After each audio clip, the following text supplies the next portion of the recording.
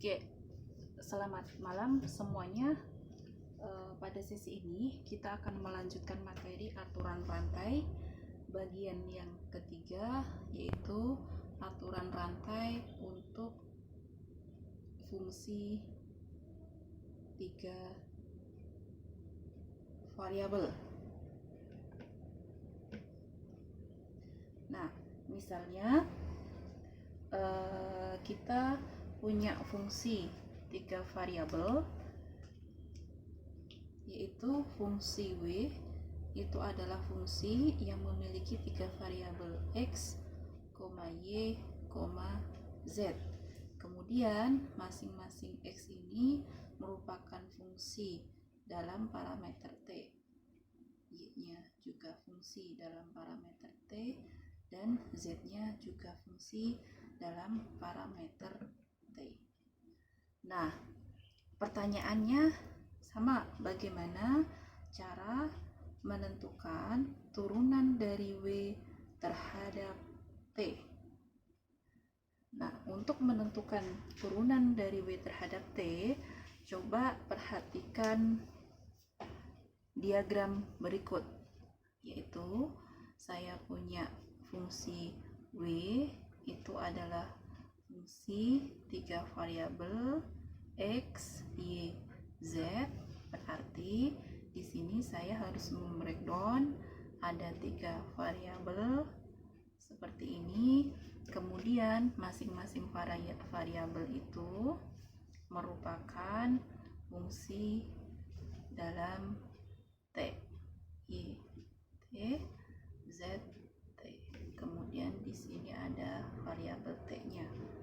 Nah, dari sini, dari W ke X, nanti kita akan punya turunan parsial dari W ke terhadap X. Kemudian dari W ke Y kita akan punya turunan parsial dari W terhadap Y. Kemudian dari W ke Z kita akan punya turunan parsial dari W terhadap Z. Kemudian masing-masing dari sini kita akan punya turunan dari X terhadap T, dan dari Y ke T kita akan punya dy per dt, dan dari Z ke T kita juga akan punya dz per dt.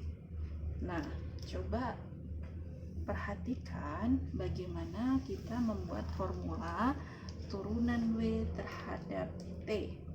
Berarti dari fungsi W ini, kalau kita perhatikan dari turunan parsialnya terhadap variabel X, maka kita akan punya di sini dou per dou X dikalikan dengan yang di sini dx per dt ditambah dengan dou per dou y dikalikan dengan dy per dt ditambah dengan dou per dou z dikalikan dengan dz per dt. Nah, inilah formula dari aturan rantai untuk menentukan dw per dt dengan W-nya itu adalah suatu fungsi yang memiliki 3 variabel. Oke, selanjutnya coba kita aplikasikan ke contoh. Contoh diambil dari bukunya Thomas halaman 824. Di contoh tersebut diketahui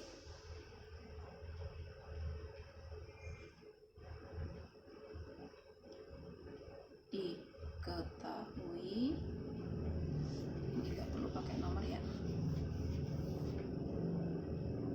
diketahui fungsi W itu adalah XY ditambah dengan Z, dengan X nya itu fungsi dalam variabel T yaitu cos T, kemudian Y-nya itu sin T dan Z-nya sama dengan T. Kemudian kita disuruh menentukan dW per dt pada saat T-nya sama dengan 0. Oke. Bagaimana menyelesaikan soal ini? Coba perhatikan berikut. Penyelesaian.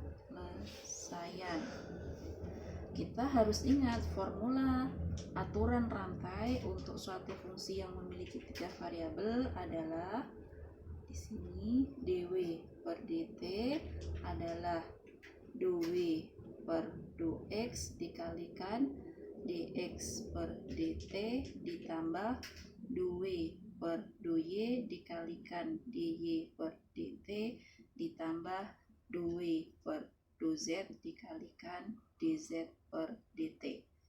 Ini harus ingat formula aturan rantai untuk fungsi 3 variabel. Nah, seperti sebelumnya, kita butuh apa aja di sini untuk mendapatkan dw per dt?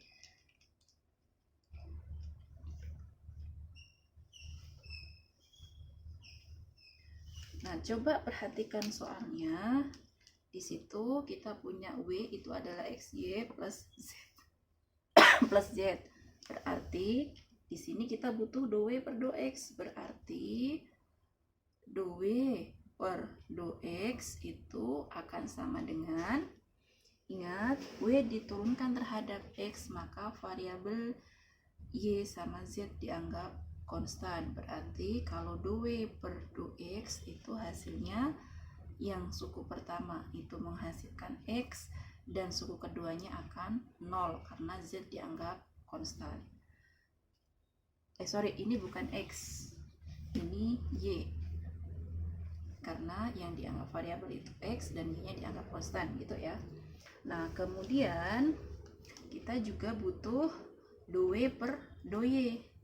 Berarti nanti kita harus menghitung dW per dy.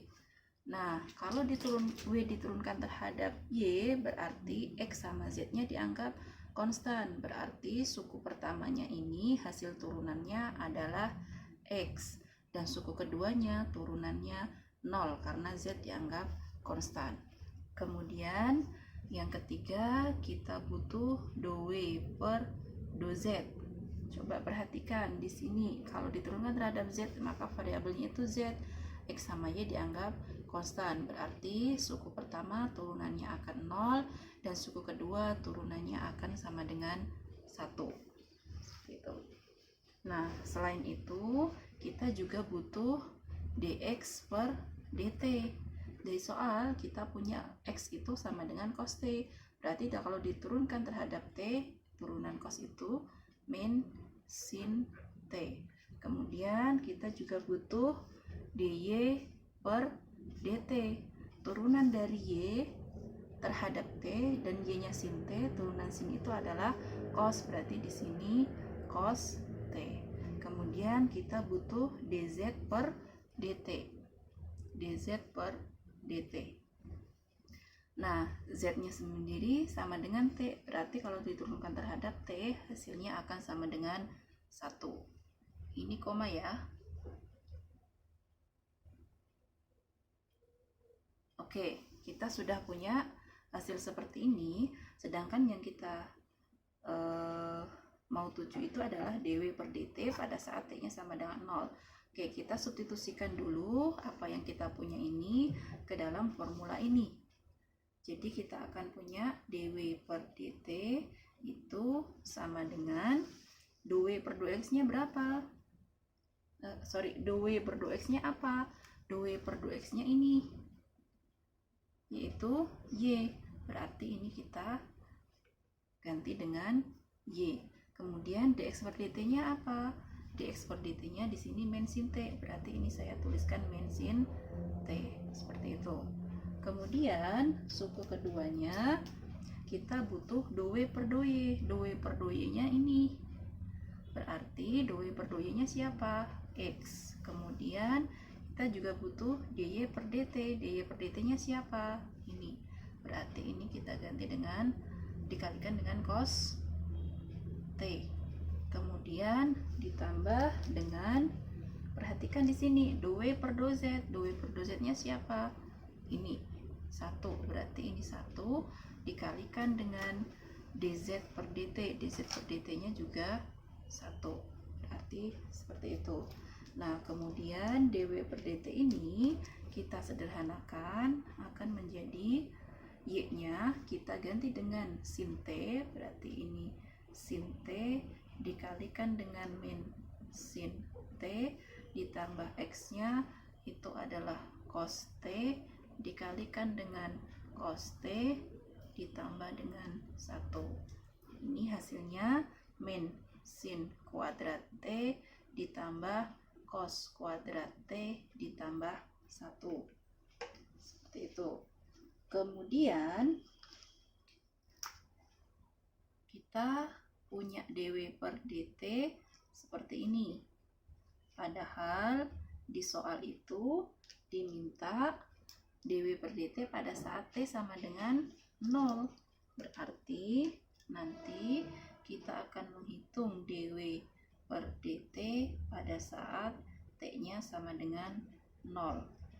Nah, di sini tadi kita punya dw per dt itu adalah min sin kuadrat t. Berarti saya akan punya min sin kuadrat 0 seperti ini. Kemudian ditambah dengan cos kuadrat 0 ditambah dengan 1. Ini t-nya kita ganti dengan 0, dapat seperti ini. Nah, ini saya agak himpit ke sini. Nah, kemudian dari situ kita akan punya sin 0 itu berapa? 0. Kalau kita kuadratkan, hasilnya akan 0 kuadrat ya akan 0. Kemudian cos 0 itu 1, berarti 1 kuadrat seperti ini. Kemudian ditambah dengan ini 1. Berarti kita punya